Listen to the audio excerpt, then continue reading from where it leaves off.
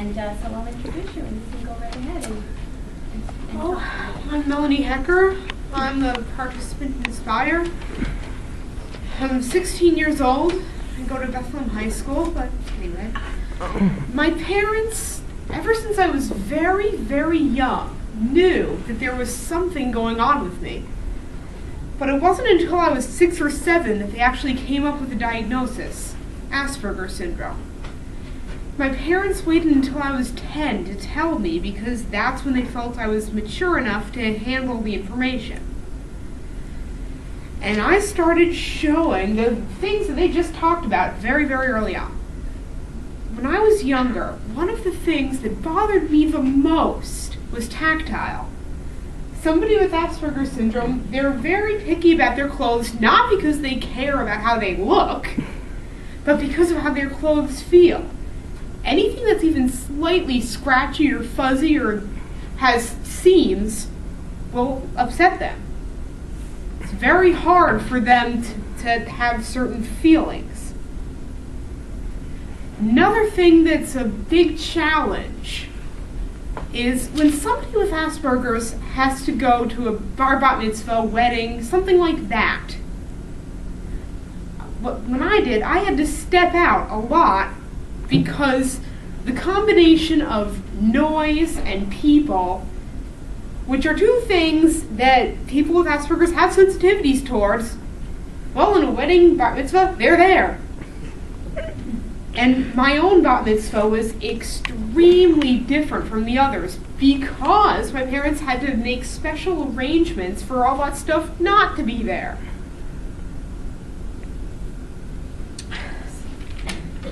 And as long as we're talking about that, another thing is smells.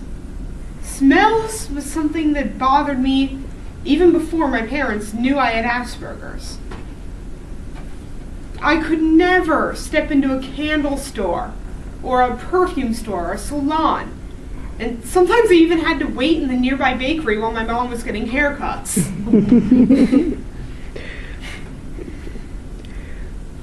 But these things can lessen as a person grows. Now I'm able to go into a soap store. Now I'm able to wear sweat socks with seams on the inside. But there are a few things that are harder to outgrow. One of those things is what they've mentioned, social issues. But there are a few specifics on that. In conversations with a lot of people, it can go so fast that a person has trouble getting a word in. Asperger's has especially trouble ever since some people with Asperger's have patience issues. It's always been difficult for me. It still is difficult to this day, even this morning.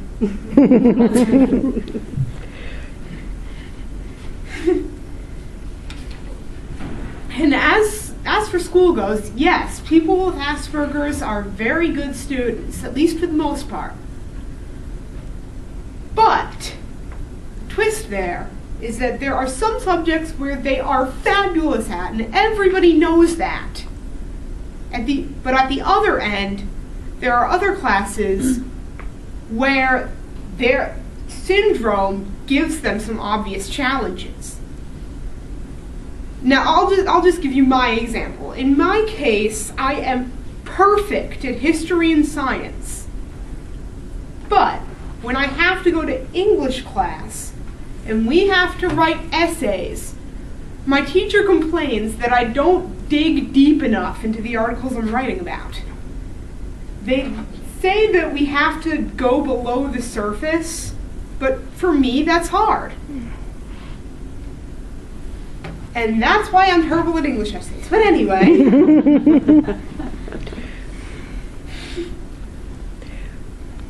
Another very difficult thing, making friends. When you get into high school especially,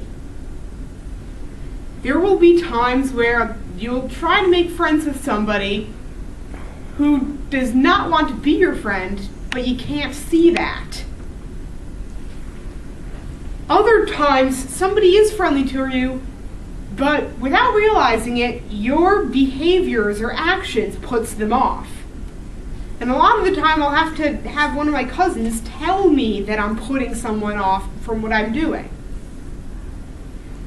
And about 3 out of 4 times, when I try to make a new friend, and they're being nice, I think, somebody tells me that they're just doing that to make fun of me later. But this can cause some people's protective instincts to kick in. Everybody has primal protective instincts, and sometimes this causes them to protect someone with Asperger's. And this is more common than you'd think. Now, let's see here. Don't think that Asperger's is all bad, though. Trust me about that one.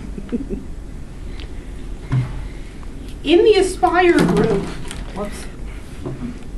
I noticed, and things I read in books later confirmed this, when you have Asperger's, you can make friends with really anyone regardless of their age. So the 16-year-old girl can be friends with a 25-year-old man, and that isn't alarming. It's very easy for them, actually. Another thing, people with Asperger's syndrome have a very, very good vocabulary. So sometimes I'll use words that people have no idea what they mean, and I'll have to explain them. And not just because I'm making the word up. And people with Asperger's also have very good memory. And while they can't remember faces, it's not an issue with memory so much as just reading the faces there. But if you bring up a certain event in their childhood, very likely to say, oh yeah, I remember that. And people with Asperger's can be very open about their thoughts and emotions. The problem with that, though, is that sometimes they're too open. And they'll tell people things that those people really don't want or really shouldn't know. So they can be too honest. And to my final point. Another one of the defining things of Asperger's is that each one of us has our own very special, what I call, Aspie talent. And I would like to demonstrate mine.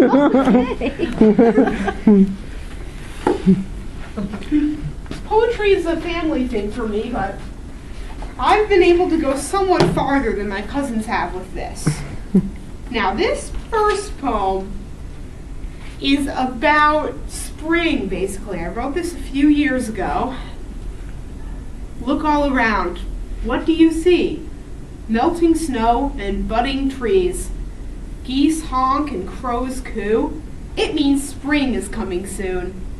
Tending gardens, nature hikes. Festivals and riding bikes. Beautiful flowers everywhere. Butterflies in your hair. So many good things about spring almost makes you want to sing.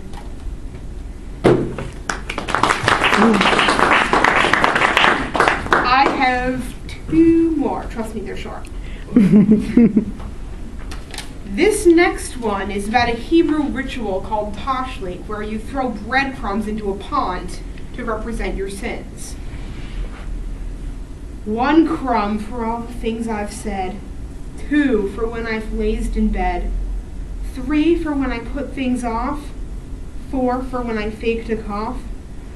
All my sins now float away, feeding all the ducks at play.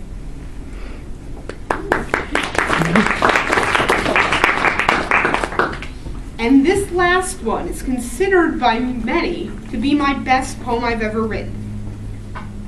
I read it to my parents' lawyer, and he liked it so much, he got it copyrighted.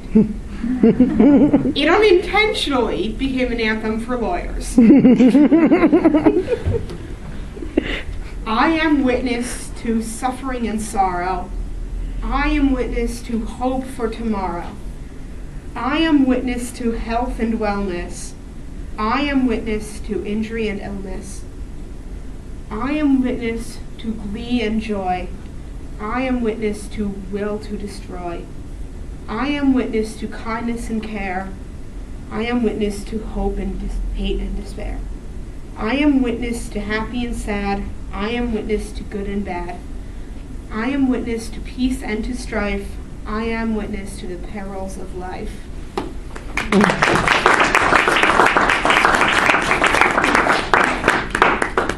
And in conclusion, okay, you can see now that there's a lot of advantages to Asperger's and there's a lot of disadvantages. And whether one outweighs the other, no one knows, I guess. But in my lifetime, I've met a lot of them, and I can tell you, there are 3 types as to how they perceive themselves. The first type can be depressed and lonely about their condition and wish that they could be normal. The second type are people that know what they're missing socially, but, they really just don't care. And sometimes those people feel that their intelligence or talent outweighs their social inability. The third type are people who aren't high functioning enough to go either way. This is just things I've noticed. So, do you want to take questions? Any questions? Melanie, that last poem that you wrote, what was your inspiration for that? What were you thinking about? My inspiration. My inspiration for that poem is when I was sitting down and thinking about all of the things I've seen and done in life. I was thinking at the time about the healthcare system. But like I said, it became an unofficial anthem for lawyers. And I have copies here in case anyone wants one. You had another hand in the back. Yes? When did you start writing poetry? Maybe when I was about 5 or 6. Actually, I do remember the first poem I ever wrote by heart. It was very short and it had something to do with this. You say that I'm not right, that I'm not the brightest light. I'm not a freak. I am unique, born different. And I wrote that after being teased in the 5th grade. That was lovely. Yes? Can you tell us more about people that try to be protectors to you, like what your experiences are? Oh, I'd love to. I'm really glad somebody asked about that. At first, it was my cousins. And you'd think that that's because they have an obligation to. I mean, they're your cousins. But they really did care about me. After that, my first school district, nobody there other than my cousins really wanted to protect me. That didn't come about until the next school district I went to. Now, people who want to protect somebody with Asperger's, there is a primal instinct that everyone has to protect. And when somebody sees someone with Asperger's who might be stumbling or being awkward, they might want to help them. And their primal instinct helps them look past the fact that this person might be acting a bit wacky. Though lately, the people that I've been really seeing lately that do that are the girls in my photography class are always doing that. Because, humans, it's primal instinct to protect each other.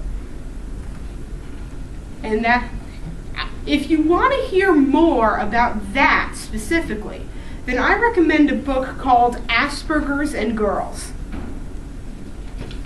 Who wrote it, Melanie? Do you remember? No, I don't. And Asperger's in girls also brought up the issue that even though people say that Asperger's is rare in girls, that's actually not true. You see, the reason why people think it's rare is because girls are actually very underdiagnosed. A behavior that's alarming in a boy might seem more normal in a girl. And one more book I'd like to recommend is called All Cats Have Asperger Syndrome. Don't laugh, it's a real book. Yeah. I think it was Tony Atwood who said that cats are autistic dogs. Okay, well, thank you so much, Melanie. Great job. Please sit down. Does anybody have any questions for Deb or myself? Curious to know whether there is any connection between autism spectrum disorder and sensory integration dysfunction. Well, sensory integration dysfunction is probably a hallmark. It's one of the symptoms. It's a symptomology rather than a diagnosis. Although there are those that argue that it's a separate diagnosis, it's actually controversial as to whether or not it's separate unto itself or a part of the autistic spectrum.